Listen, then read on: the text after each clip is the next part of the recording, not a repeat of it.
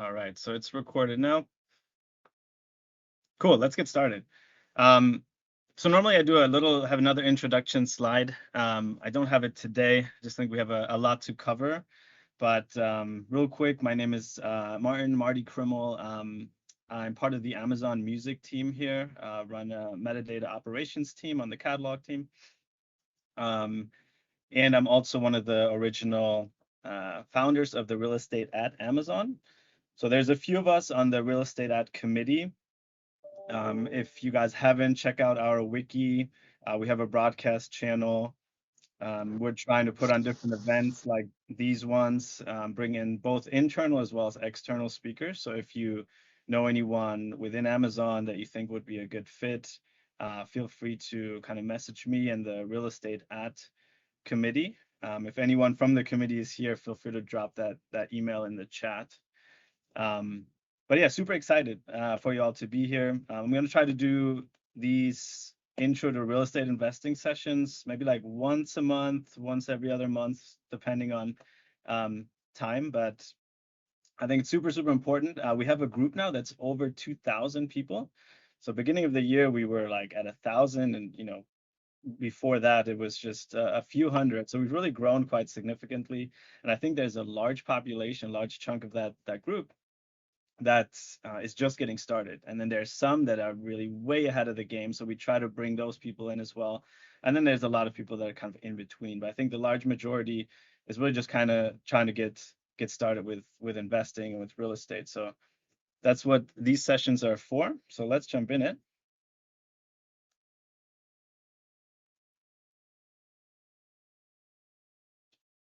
Second here. Make sure that.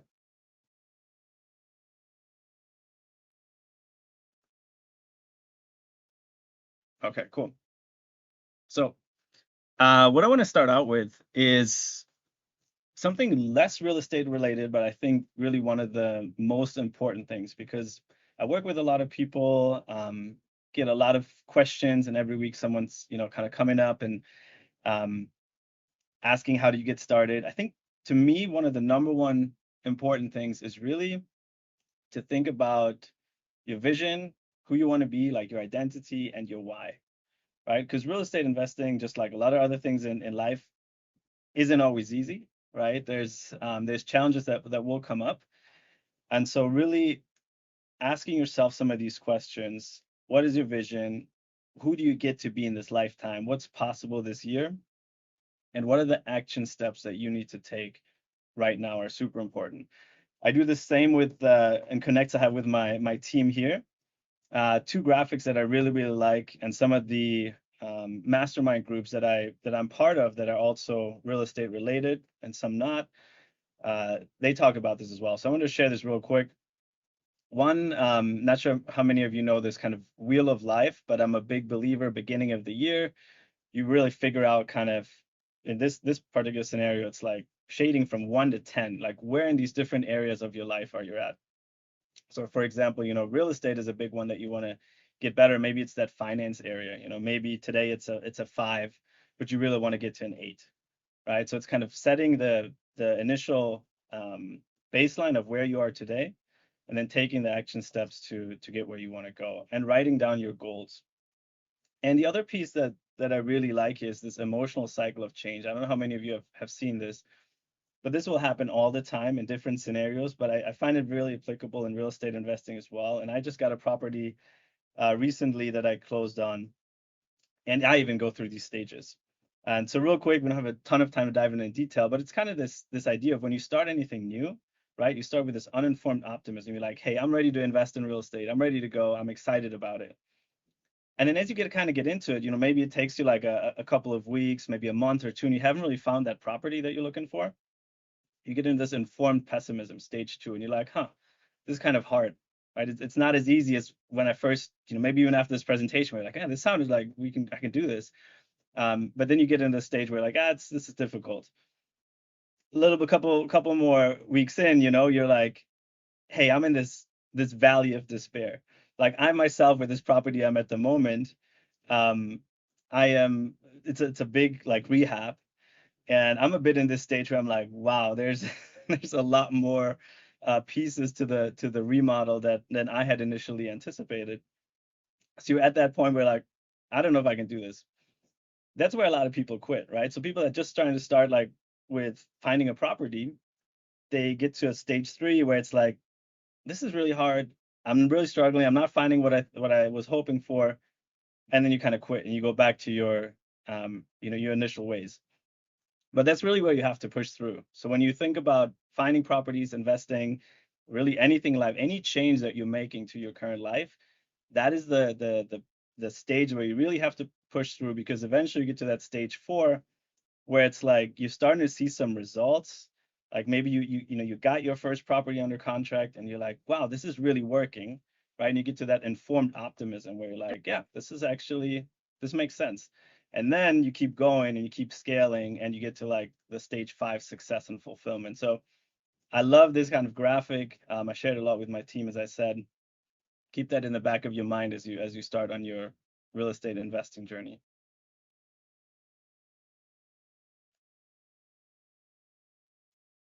Okay, so what's a little bit of my story? So I've been investing since about 2017. Started with a my own personal kind of residence here, a condo in Kent, Washington. So I'm in Seattle.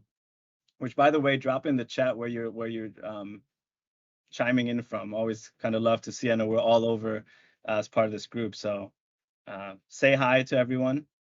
Atlanta, Bremerton, Seattle, Austin, Linwood, Oakland, Seattle, Austin, Dallas, Seattle, Sammamish.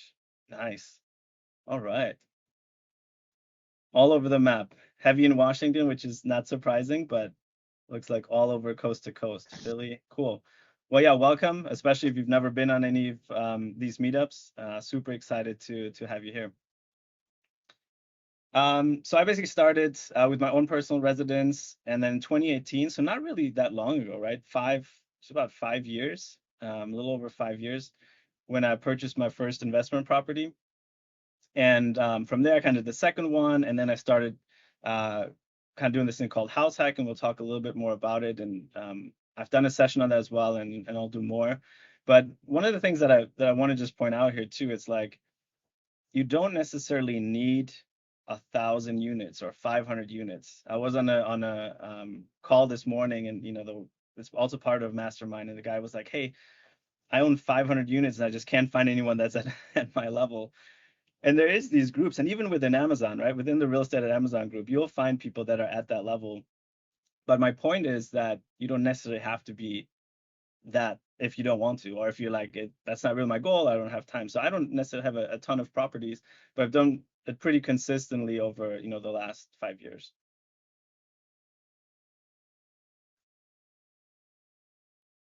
So overall, kind of continuing a bit with my stories. I used to own 7 properties and like 20 doors across Washington and Germany, where I'm originally from. So that's where I was born.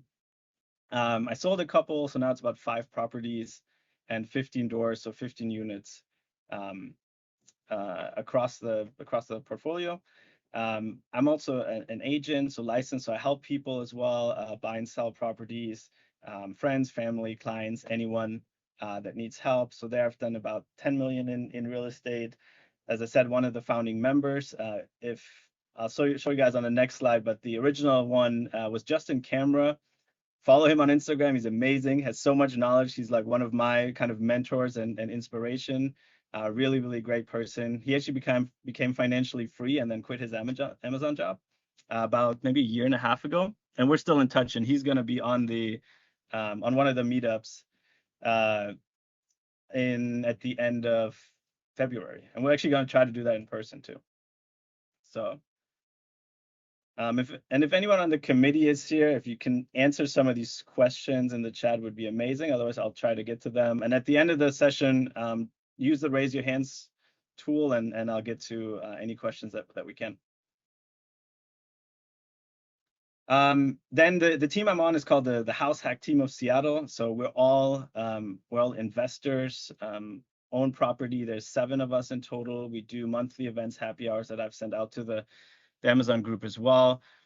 super informative, just a lot of knowledge sharing, not a lot of good connections. Some people show up just because they want to meet people, right? A lot of people move new to Seattle or new cities, and so we do these meetups. And some of them are like, "Hey, are you interested in real estate?" They're like, "Yeah, a little bit, but I really want to just meet people." So come out to if you just kind of want to meet people. There will be a next one, I think, in a couple of weeks. I'll make sure to inform the group. And there's lots of properties between us, 50 properties brokered over 100 million in real estate and over 70 transactions. I also love to travel, so kind of my passions are real estate, traveling, music. Love the Amazon Music team. Shout out to anyone that's on here from there. And cold plunging. So that's also a big piece that I do.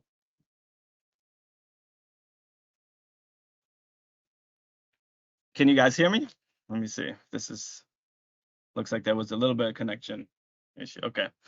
Um, awesome. So yeah, here's a couple of pictures from some of the world travels. As I said, my family's in Germany. I try to see my brother over there in England. My nieces and nephews in Germany. I took my dad to Scotland. Suki, yes, that's right, Chris. Suki's there, my dog.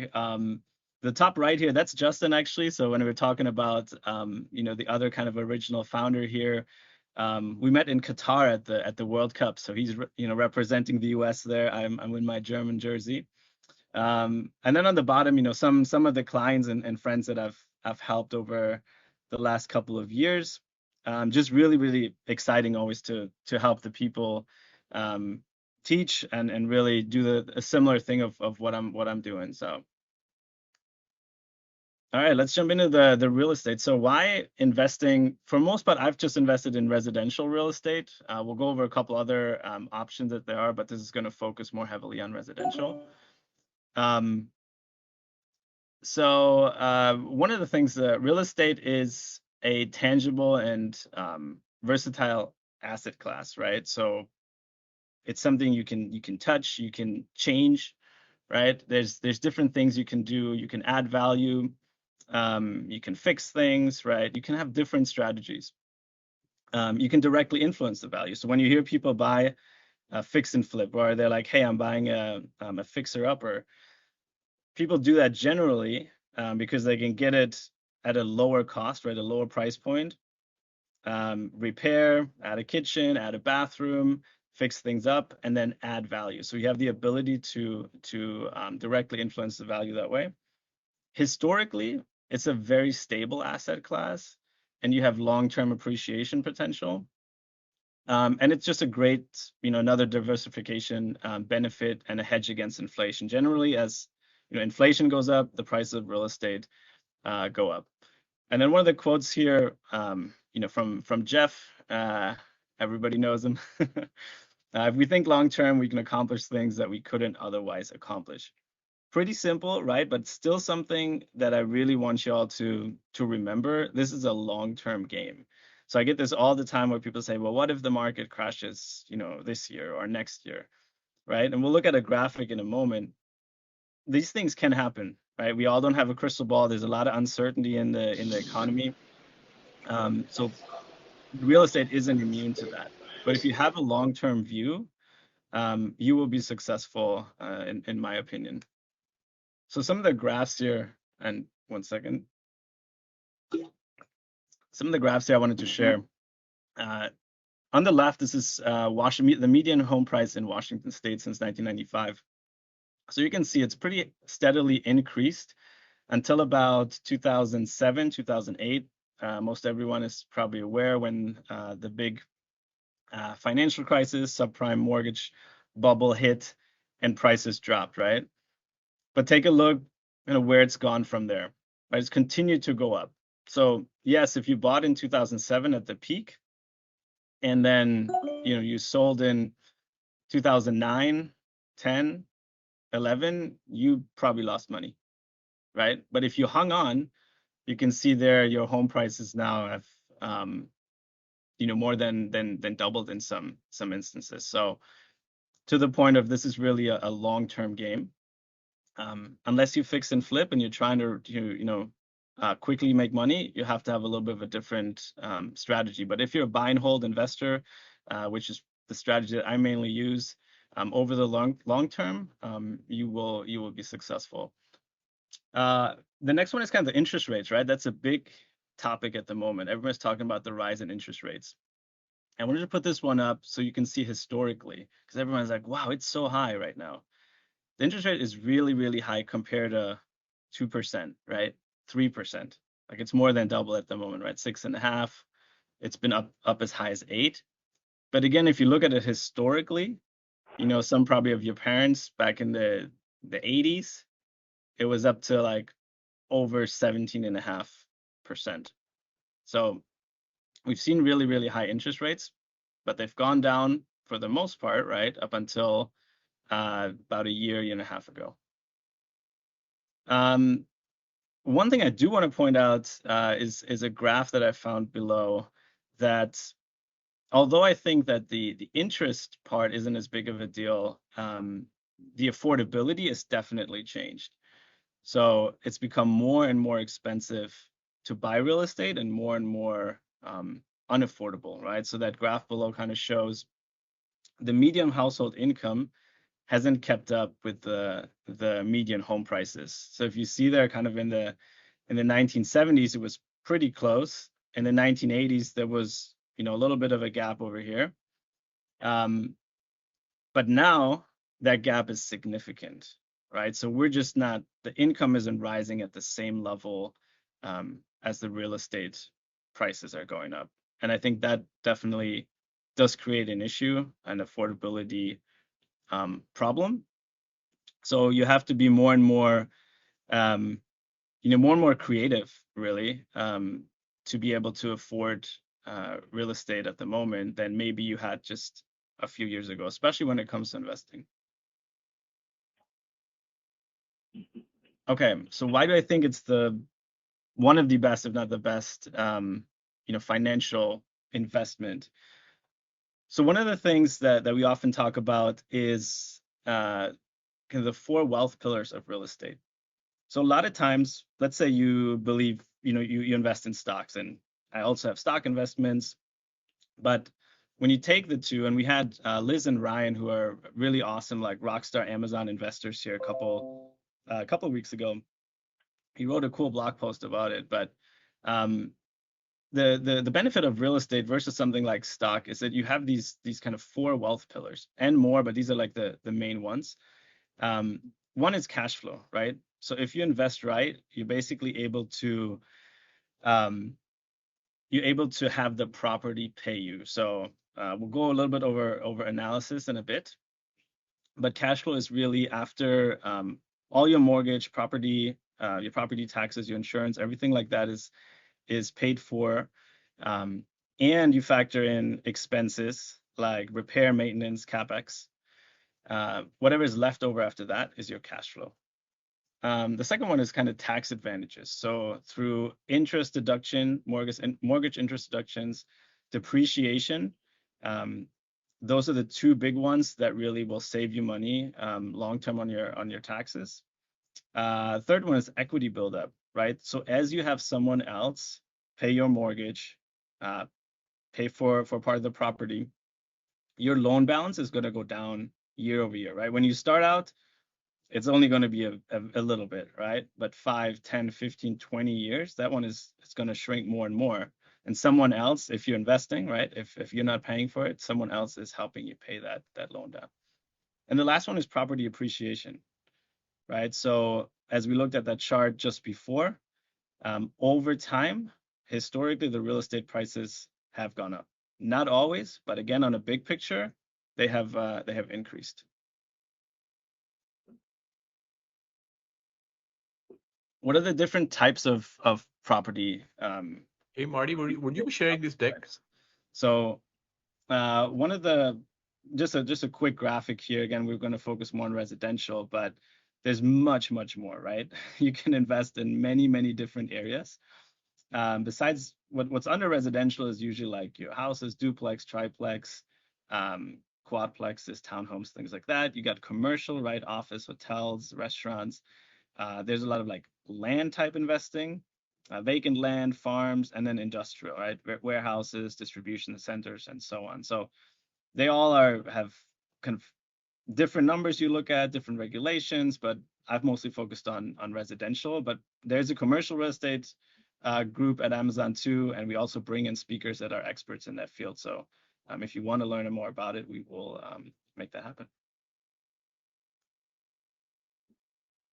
What are some of the different investment strategies? So again, we talked about a little bit buy and hold. What that means, you'll hear sometimes the acronym LTR, long-term rental. It's basically you acquire a property, you hold it long term, right? You rent it out, you get rental income, and it appreciates. MTR, if you ever heard that, is midterm rental. One of my good friends, Sarah Weaver, she was on our show here on our meetup a few months back. She wrote a book for Bigger Pockets, 30-day stay. Really, really good book. Talks about how can you use your property to rent out to travel professionals, travel nurses, things like that. If you heard the term STR, that's generally Airbnb, Vrbo, short-term rentals. Fix and flip. So that's again, if you buy a distressed property, you want to buy it under value, you renovate it, and then hopefully you sell it for a profit, or you hang on to it and you rent it. One of the acronyms, I didn't put that on here, but you might hear that a lot, is called BRRRR. That stands for buy, rehab, rent, refinance, and repeat. We won't dive into like big detail here, but it's a good strategy of how people reuse their money. So they basically buy a distressed property, fix it up, then refinance it, pull out the cash. So hopefully it's worth more than what they initially acquired it for. Refinance it, pull out their cash, and do it again. So if you see investors sometimes use that strategy to keep using their cash. Wholesale, so that's when you contract properties at a discount and you assign them to another buyer. We had some people that do that on here as well, and if you're interested in that, we'll have more there. And then land development. So I mentioned this a little bit ago. My favorite strategy, especially as you're starting out, is house hacking. So house hacking, and I did a whole session on it. I won't do it here, but what house hacking is in essence, you purchase a property, you live in it, and then you rent part of it out. So that at the core is the idea of house hacking. I'm from Europe originally. They will always say that we've been doing it for generations, but they do it less there with owning property. It's quite common, on the rental side. But what are some of the advantages of house hacking versus purely buying an investment? The first one is you get to purchase real estate for low money down. So a lot of times I have people come up to me like, "Hey, I just don't have that much money," and I'm like, "Okay, let's talk about it, right?" And it's because there's this belief that you need 20% or 25% down, but you really don't if you own or occupy a property. So for house hacking, if you're a VA, a veteran, you can get in as little as 0%. For anyone else, you can do it as little as 3.5% or 5%, 10%. So that's really one of the biggest benefits, I think. So if you don't have a ton of money, but you still want to invest in real estate and you're willing to own or occupy it, a really good strategy. Another one is a lower interest rate. So generally, if you just purely buy an investment, you're like, "Hey, I live in Seattle and I want to buy in Kansas," right? You're going to have to put 20 to 25% down, and your interest rate will be higher than it will be if you own or occupy the home. Expenses paid for by tenants, right? So that's in general a benefit of investing. If you do it right, you rent it out, a lot of your expenses will be covered through the rent you receive. If you do it right, you can pay less for owning a home than renting. So I've helped kind of people that Seattle's a very expensive market. You can pay easily $4,000, $5,000 a month in rent. So I've had friends and clients that I've worked with, and they paid $5,000 a month, but now they own a home in the same location where they were renting previously, and they pay much less or nothing in some cases, depending on the type of house hack. Cash flow and build equity. So we talked about that. And then another really cool thing is if you house hack, by lending law, you have to owner occupy for 12 months. Okay, so you have to stay in the property for 12 months. But after that, you can move out and you can do it again. So you could repeat it and pretty quickly build up your investing portfolio. And this is why, for me, it's the strategy that I've used a lot. And I really, especially for newer investors, but honestly for anyone, like I don't know how many people on this call know Brandon Turner.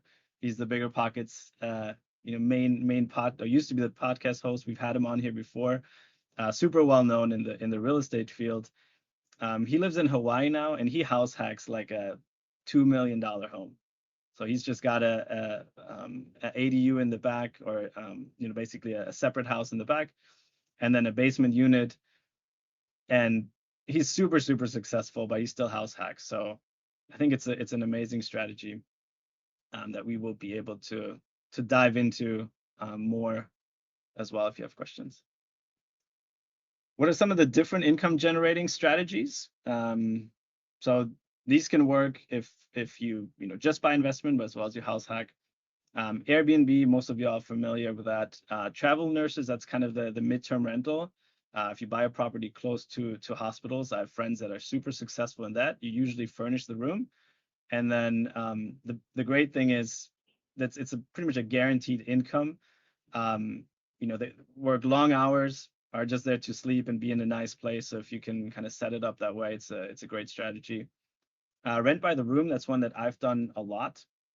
I really love rent by the room because you can provide very affordable housing to people, right? Like here in Seattle, you can rent a room from anywhere from 700 to, let's say, 1100 and up. But that's kind of like a range here, which a lot of people are like, wow, that's for a room. I'm like, yeah, it's expensive in Seattle, but when you do that and you include utilities, it's kind of a win-win, because if you have a big house, you rent out the rooms, it can work financially for you, but it also works for the tenant, right? Because they just can't find a place in Seattle that's a good, nice, safe place that's like $1,000 or $900 a month. Very difficult to find. Subdivision, so finding a property that you can subdivide, kind of adding value that way. Another really cool thing is storage. So something I've done for a couple of years now is you can actually rent out storage. It could be your bedroom, it could be a little shed that you have in the back. People will pay for that. The app that I use here is Neighbor. You can rent out your parking, right? So you have to check city regulations of how many vehicles are allowed on your property, but something I do as well. So parking is another thing. It's super expensive in Seattle, right? Like in downtown, if you have to pay $350, $400 a month, but someone offers a parking spot, say close to the airport for $100, it could be a win-win, especially if you're just not using your property in any other way, like the land. Sniff Spot and Hip Cam, those are really cool. So I'm not sure how many of you have seen them or used them, but some people don't have the space for their dog, but there's people that do have the space, and you can rent your property on Sniff Spot and let dogs run around.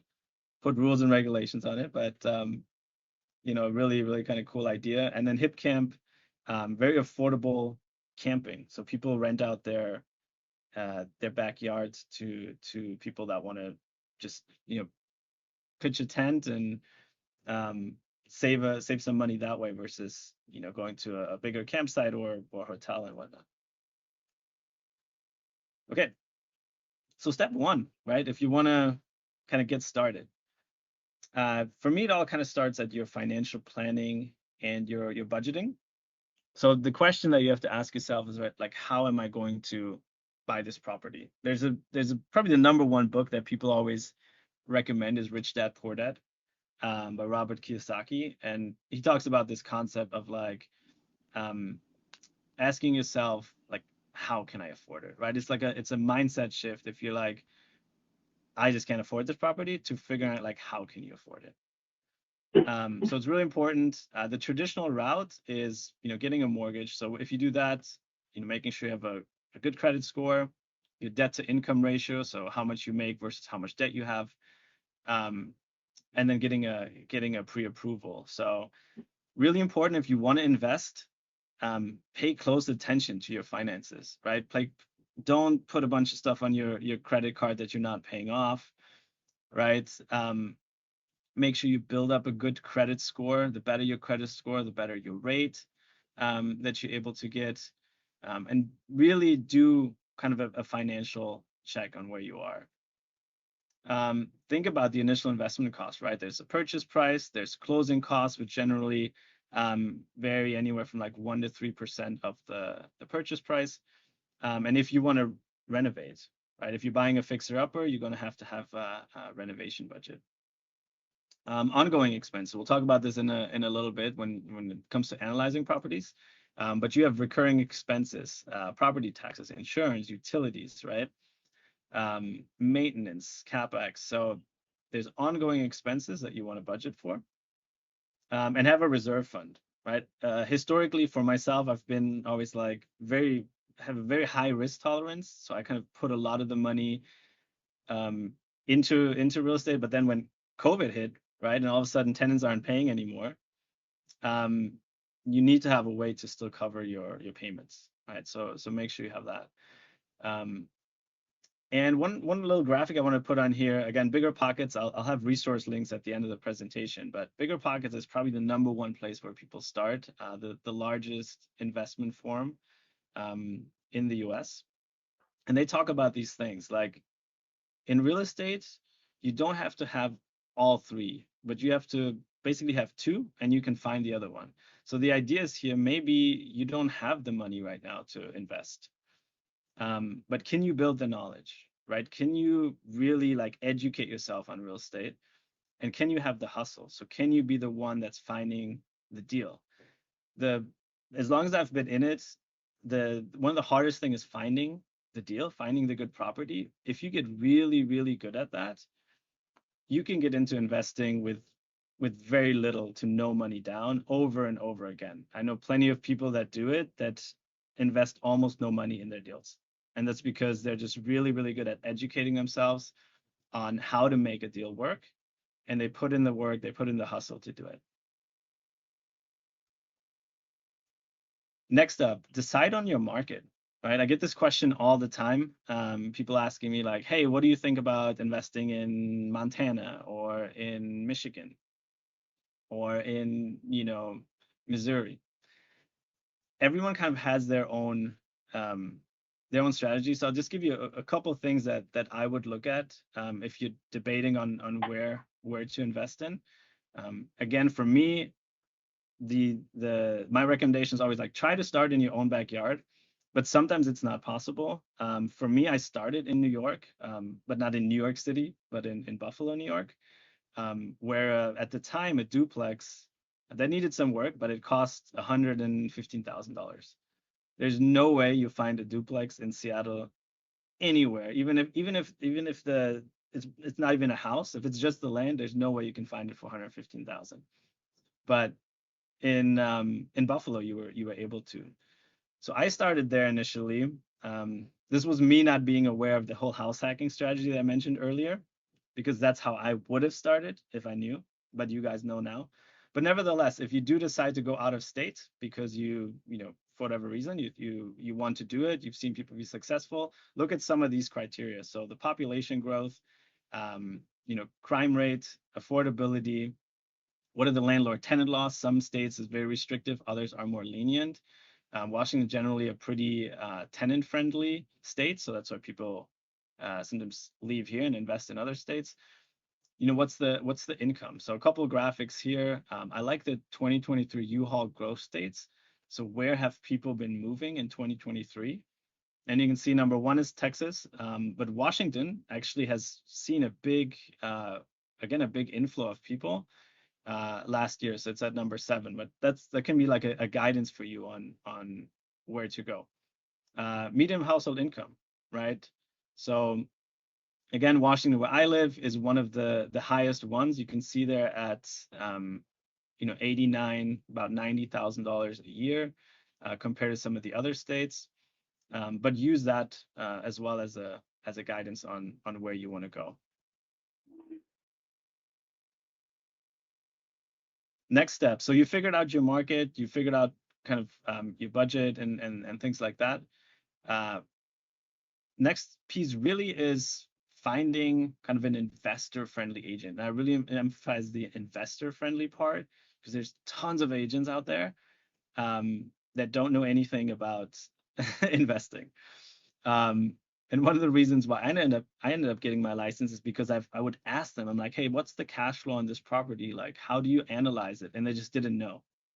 Like there's a lot of people weren't aware. And when I started kind of working with people, it was like they've interviewed 1, 2, 3, 4 people, and they just didn't quite get it. So I would really just highly recommend, check with the group here. Like if you're like, hey, I'm ready to go invest in Seattle, you can reach out to me or anyone in the group. If you're like, hey, I want to invest in Michigan or wherever, like you can drop a question on the Slack channels that we can share you as well if anyone on the team is here. And just ask like, hey, is there anyone you recommend? Right? Is there anyone that you recommend that could help me? Go on Bigger Pockets.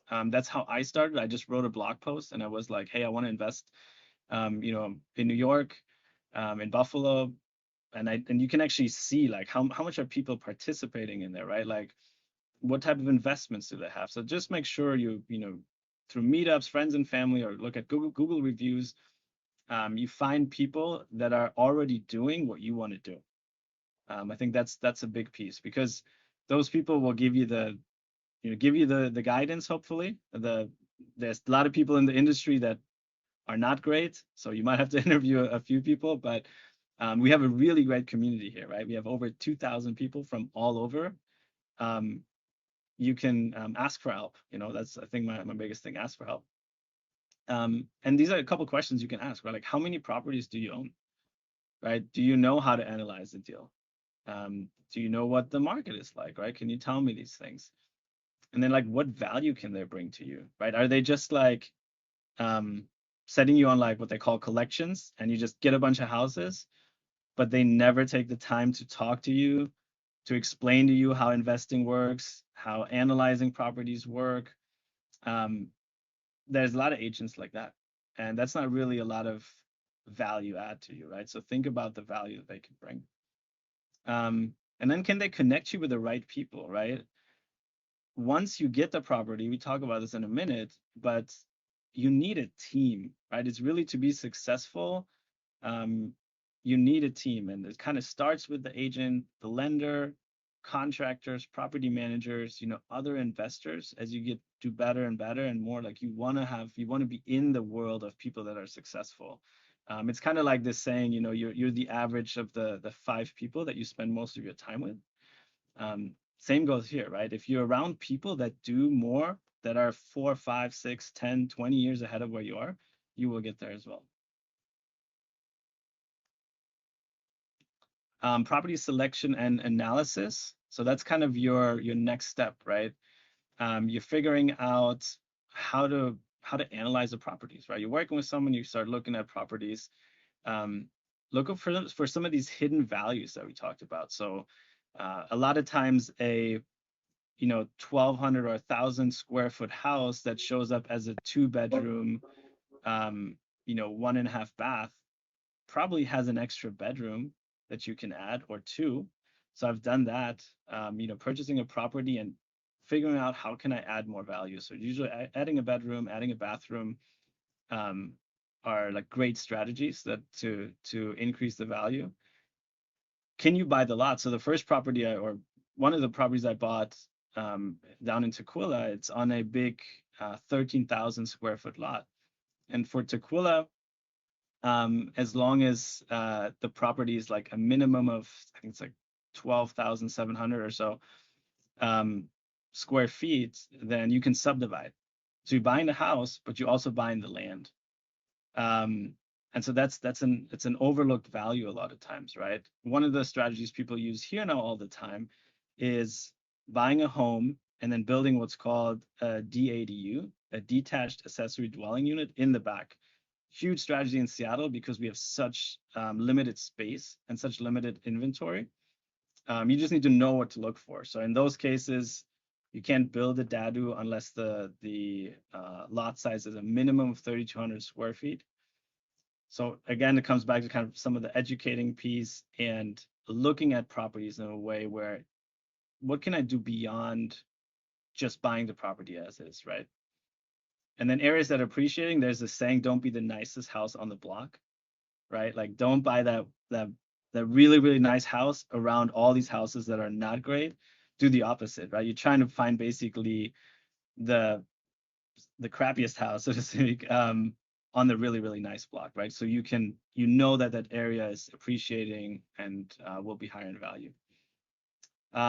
Run comparative market analysis. So if you're working with somebody, they should be able to help you with that, but really looking at what a property sell for. And make running numbers a habit. I'm a big believer on habits.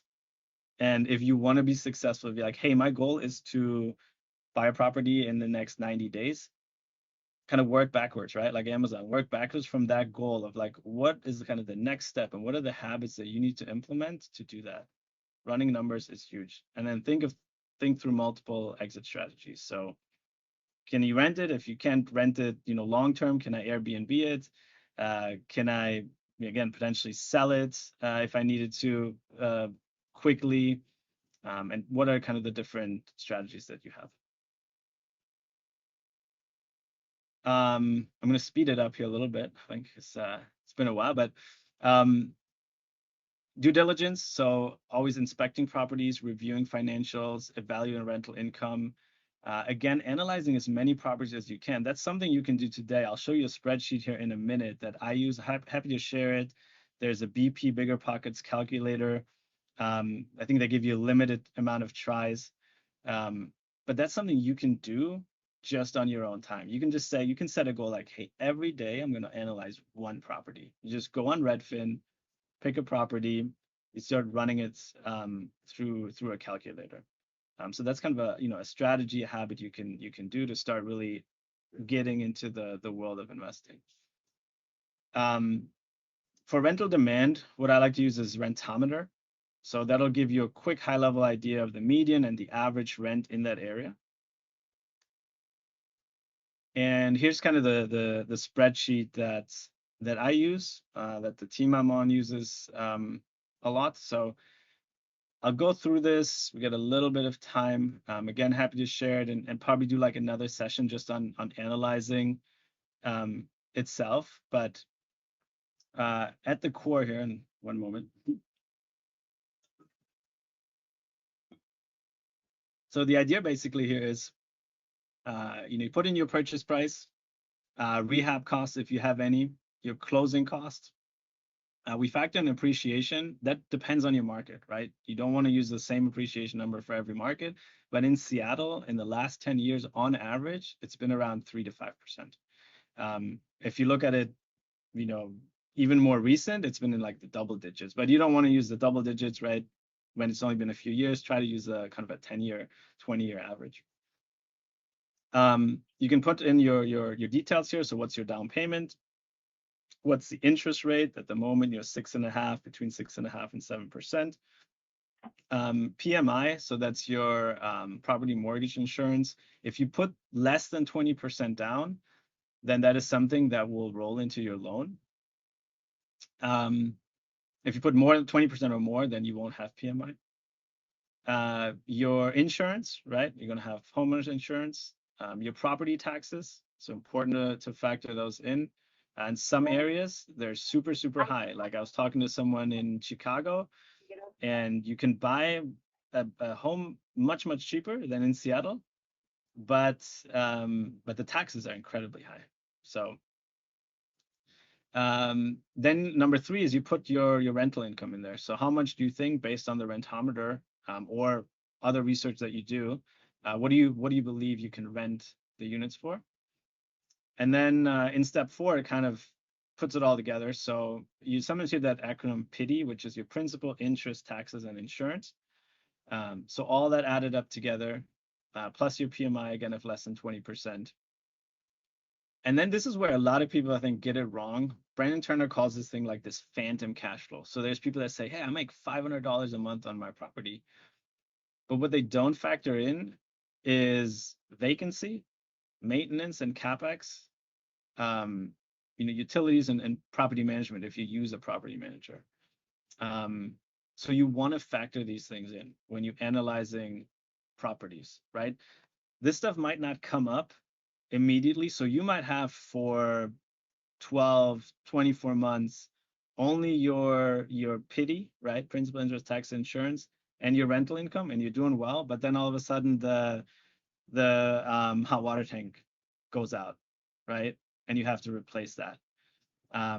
Or the furnace, or the tenants haven't taken great care of the property, right? So there's ongoing maintenance and capex. Capex is capital expenditure. So those are your furnace, your roof, your bigger costs. So you want to factor those in when you look at properties, because otherwise you will get hit by that bill, and it's going to just suck out all the cash flow that you thought you were making. And then in this spreadsheet here, we kind of do a year 1 and year 5 analysis. And one of the big things now in the Seattle market, for example, it's really hard to cash flow. Like it's really, really difficult with the interest rates as high as they are. If you go back 5-10 years ago, or if you read books from 5 to 10 years ago, they say you should only buy a property if you're cash flowing at least $150 a month or $200 a month. That was at a time where interest rates were like 2, 3.5, 4%, not 6.5, 7%, right? Prices, as we looked at earlier, haven't really come down. So cash flow is difficult to get. But if you look at it more holistically, there's other ROI, return on investment numbers, that make real estate still, in my opinion, a worthwhile investment. So here, this one looks at like your year 1 appreciation. Again, depends on your market. Your loan pay down, right? We talked about that. The first year, right away, there will be a little bit of your loan that gets paid down by someone else. So you have to factor that in as a return on your investment, and then tax savings as well. And then year 5 really just, it's not an average on year 5. It's like, where would you be in year 5? Because historically, right, you're going to increase increase rents. Again, appreciation will continue to happen, loan pay down, all these things. So. All right, so once you analyze, the kind of next step is you make offers. So I did a quick screenshot here. This is the Washington State Residential Purchase and Sale Agreement. This was an offer that I made not too long ago, last year in September. I didn't get it, but this is again another habit that's really, really important. A lot of people are scared of making offers, and they're like, oh, I don't know. And when you've never ever done it, it can be super daunting. So I might do like a session on just making offers and contracts, because it can be daunting. But without diving like heavily into it, because I still wanted some room for questions. But it's not as scary as it seems, as long as you have what they call contingencies in there. So you can basically have clauses in your contract that let you get out of a contract, potentially. So making offers, especially in a competitive market, is really, really important, because a lot of times that can be the difference between you getting the property and not getting the property. So getting comfortable with wherever you are with making offers, having someone that can walk you through it and explain to you how it works, really, really important, for you to get a property under contract. Once you have it under contract, there's a lot of other things we could go over, but we don't really have time for it. But inspections is one of them. That's probably the biggest contingency. So you can actually have someone look at the property, an inspector, while it's under contract.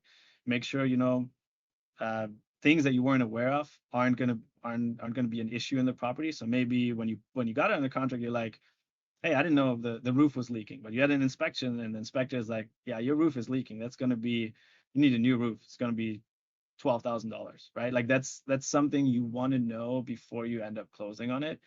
And with things like inspection contingencies, you can do that.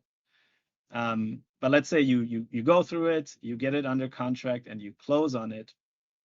Then it's kind of deciding for you, um, what are you gonna do next, right? How are you gonna rent it? So the kind of next step after you have it under contract, or sorry, after you have it closed, would be, am I gonna hire a property manager? Am I gonna self-manage? Um, Both work. One of the questions I get a lot, how much is property management? Generally, it's between 8 to 10% of your gross rents. So when you do hire somebody, they will take that every month. I have a property manager for some of mine. I think it's worth it. But I also know people like, again, Liz and Ryan, who were a couple weeks ago, they have 12 properties and they self-manage them all. So it's definitely possible. Everything depends really on your situation. So when we talk again about like your why and your vision, right, think about what works best for your particular situation. If you want to do it yourself as well, like tenant sourcing, Facebook has been great for me. Amazon, right? We have the For Rent alias, Craigslist, Zillow, and just your network. So one of my recent like roommates and tenants, she's a good friend from one of my best friends. So you never know where your tenants come from. Become a really great interviewer, right? If you've ever done interviewing at Amazon, we're very peculiar about how we interview. Use those skills when you find tenants. And Avail is a great platform, and I'll link to it for self-managing. Lastly, monitor and optimize, right? So as you have it running, don't just forget about it. I even fall into that trap sometimes. So I put on, you have like a property QBR, right? A quarterly business review. Like treat your investments like a business, right? Look at regular review the performance. How's it doing? Make adjustments. Are the properties cash flowing? Do they need improvements? Can you maximize something on the Airbnb side? Like I recently just looked at all my utility bills that I've kind of just set it and forget it in a way, and was like, oh, this seems kind of high, right? Like, can I do something more energy efficient? So look at that. And then we talked about adding value.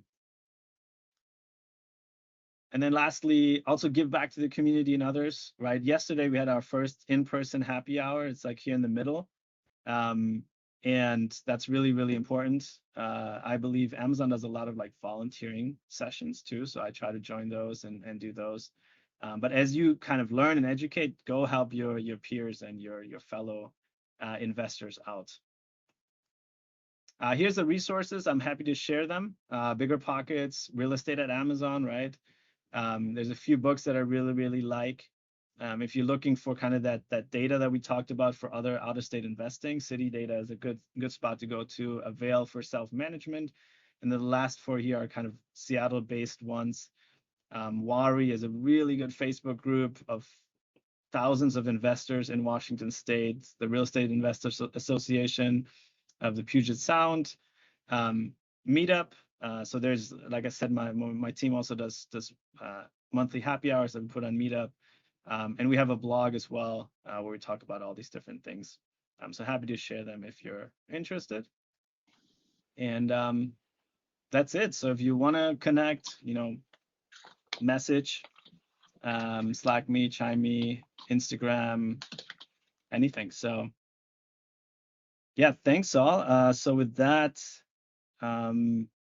hopefully this was helpful, and I'm happy to take a few questions. I know I took quite a while here.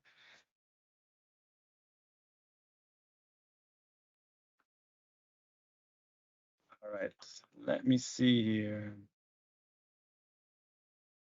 And also, if a few of you would want to pop on video, that would be cool. I try to, promote this to other people as well, so we can get more speakers. But yeah, let me take some Priyanka. Am I saying that right?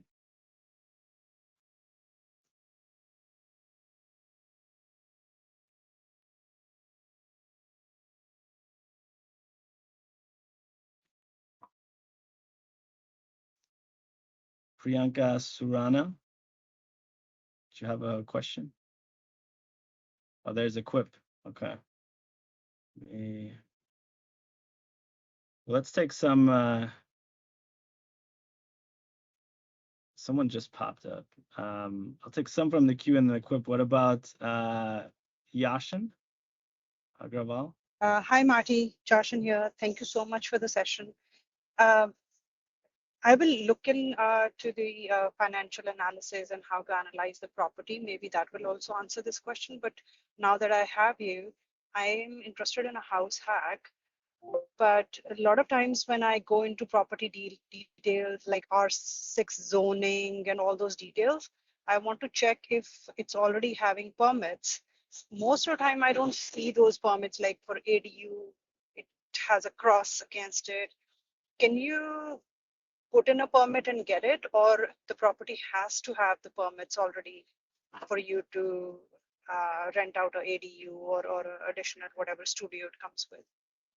Yeah. Yeah, and so you're coming in really quiet. I don't know if it's on my end, but the question is around getting permits, and do you have to get permits? Is that? Yes, on ADUs, especially around house hacks. I'm sorry, my connection is weaker. It's on my side for sure.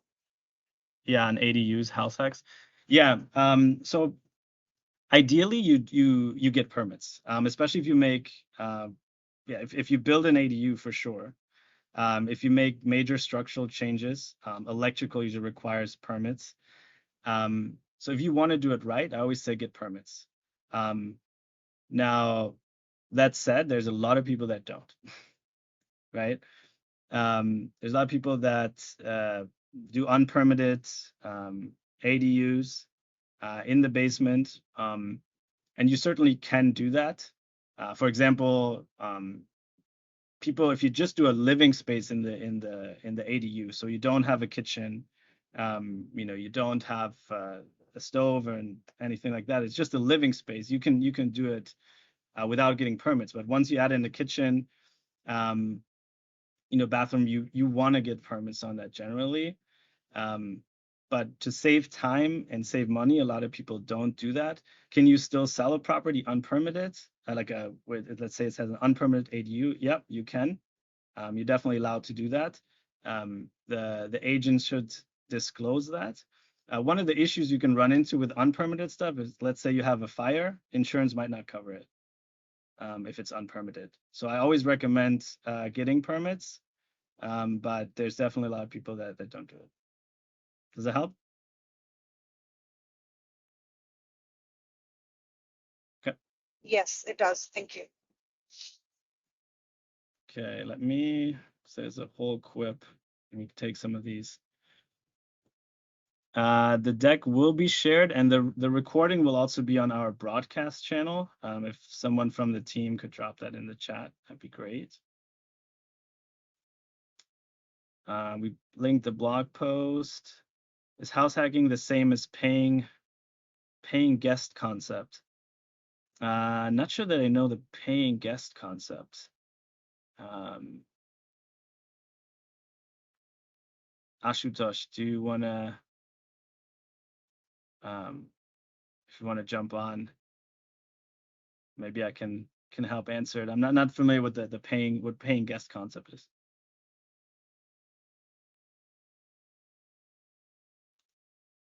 All right, maybe they dropped. I'm gonna go to the next one here.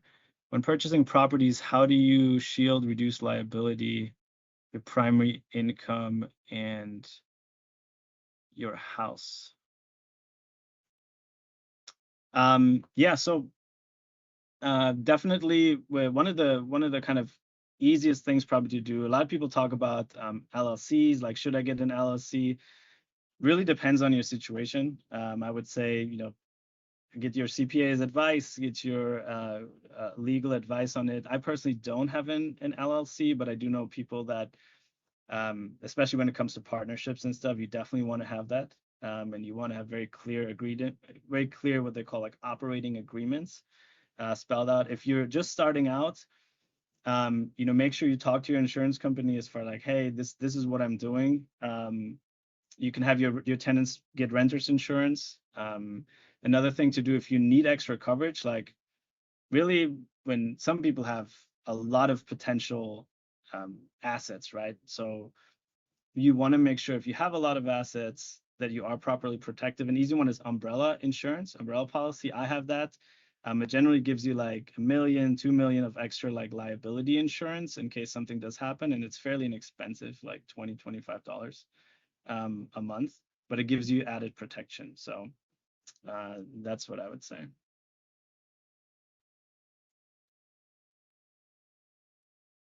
So after a year in your house, when you move and get another primary property, how do you pass the liability to the LLC? Yeah, so if that's a good good link here. Thanks for anyone that put that in. I've personally haven't done that, so I would either refer to kind of legal counsel there or check out that link. Can you share your spreadsheet? Yep, absolutely. I'm happy to drop that in here so you guys can start running numbers. One of the big things is just make a copy of it. So I'll give you like viewer access, but then if you can make a copy for yourself, then you can start running numbers with it. How do you manage your rental property out of state? So I don't own them anymore, but what I did was I went through a property manager management company. He was actually the one that I initially reached out to on Bigger Pockets, and then he helped connect me with an agent who then found me the property. But then once I had it, I had them manage it, and they charged about 9% of the gross rents, and it was amazing. I mean, even during COVID, when it was really, really difficult, and I haven't jumped into some of the horror stories, but they handled everything, so it was well worth the 9% of gross rents every month. So find a really good property manager. Again, the interviewing skills. Try to interview 2 or 3. Ask them some of the similar questions that I put on the agent slide, and that's what I would recommend there.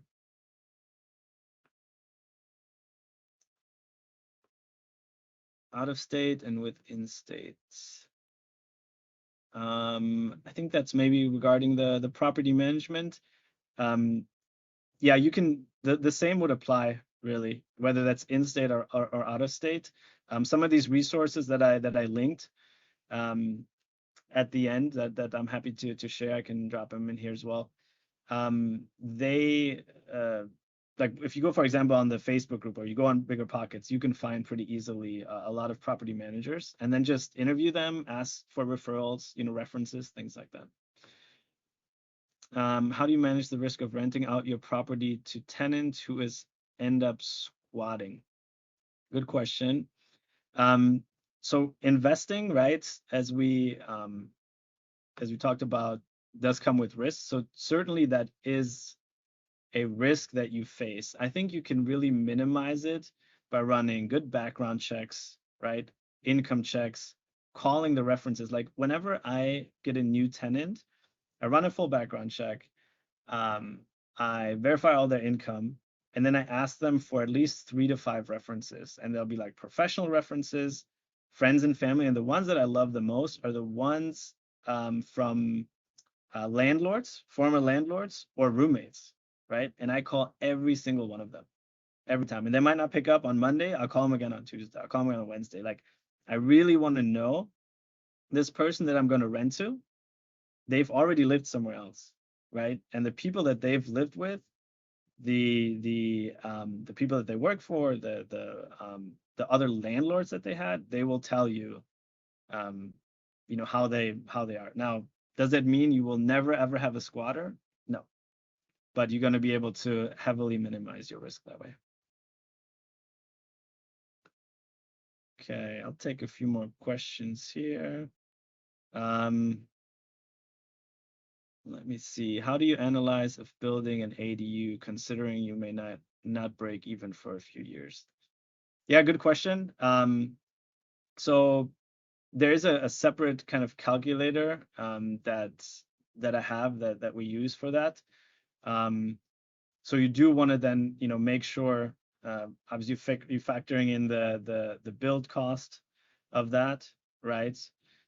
Whether you get a construction loan on it, whether you finance it through a HELOC. If you do it cash, it's a lot easier, but it does change your analysis a little bit. So yeah, we can kind of go over that maybe in a separate session as well.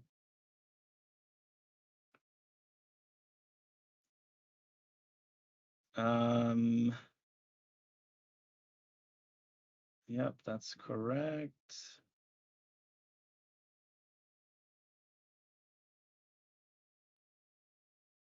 Do you ever had an experience with a tenant? How did you deal with it?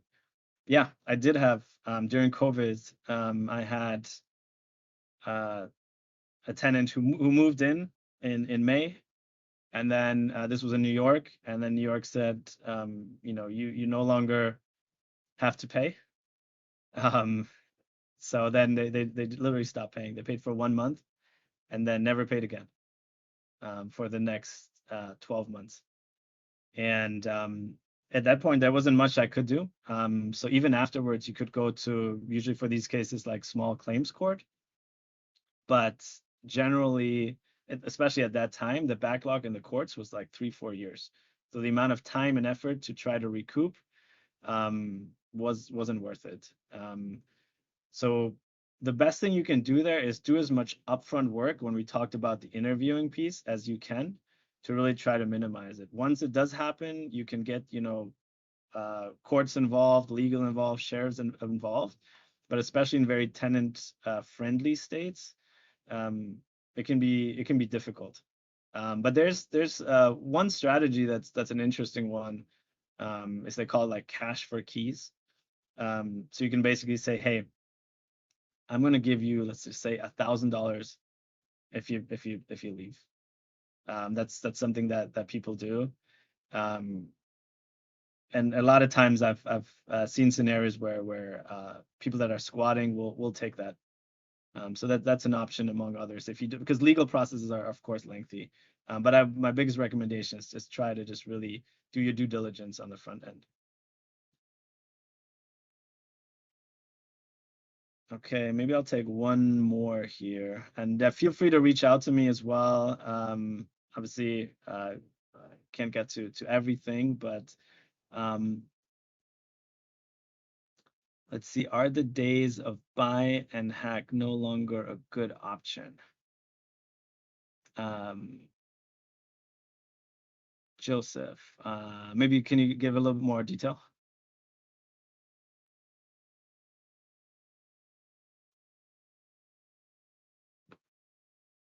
Okay, maybe Joseph dropped. Let's see, maybe one more. Feel free to jump on, just so I can understand that question better. I think we may have gotten through all of them. Okay. Well, hey, thank you guys so much. For anyone that's still on, if anyone wants to hop on video, just say hi real quick. I just want to, yeah, just appreciate y'all for coming out here. Hopefully, was this helpful? Useful? Maybe educational? All right. Hello. Hey, Alexei. Hey, Chung. So helpful, so useful. Thank you so much, Marty. Happy Friday. Thanks for sharing your time with us. Yeah. Yeah, that absolutely. And like I said, I hope to do this more. Hopefully once a month, maybe once every other month, because I know there's not everyone can attend, and it'll be on the recording as well. But yeah, really appreciate y'all kind of jumping on and spending this hour and 10 minutes here. So. And for the spreadsheet, please, will you thank send you. that to us after, or will you drop a link for us? Yeah. Ideally, shoot me a message. And then you'll send it to us. Perfect. If you can, I'll send it to you. Because I just want to make sure you have to kind of like just make a copy of it, and then you can use it. Otherwise, it gets get a little confusing. All right, awesome. Thank you. All right. Hey, Matty, just want to hop on and say thank you. This is very educational. Well, I am very new in investing. Like, I'm just planning to buy a house. So thank you for all the ideas. Awesome. Yeah, no, thank you for coming on. Yeah, again, appreciate it.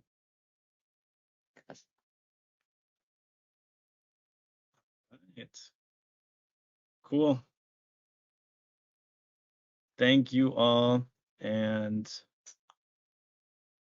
I will be on for a second here, seeing if I like to usually kind of take the questions here, and then if I missed anything, we can always follow up separately. Hey Marty, I did have one question. Yeah. Is there a Slack or Chime group where Amazonians who are interested in this kind of communicate or just kind of drop ideas or questions on a regular Yeah, basis? there is. Yeah, normally I have it in my kind of pre-presentation, the presentation for the presentation. But there is. So it's real estate sorry, you can see up here. It's the real estate. So the hashtag real estate and then investing real estate. So those two.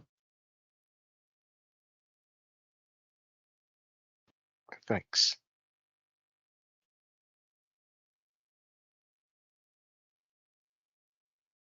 Cool. All right. Well, I think we are good. I'll make sure that there isn't anything in the, because I know once I end this over here, then everything will be lost. So I'll take a quick look if there was any other things here. But I think we got the quip. We got most questions answered.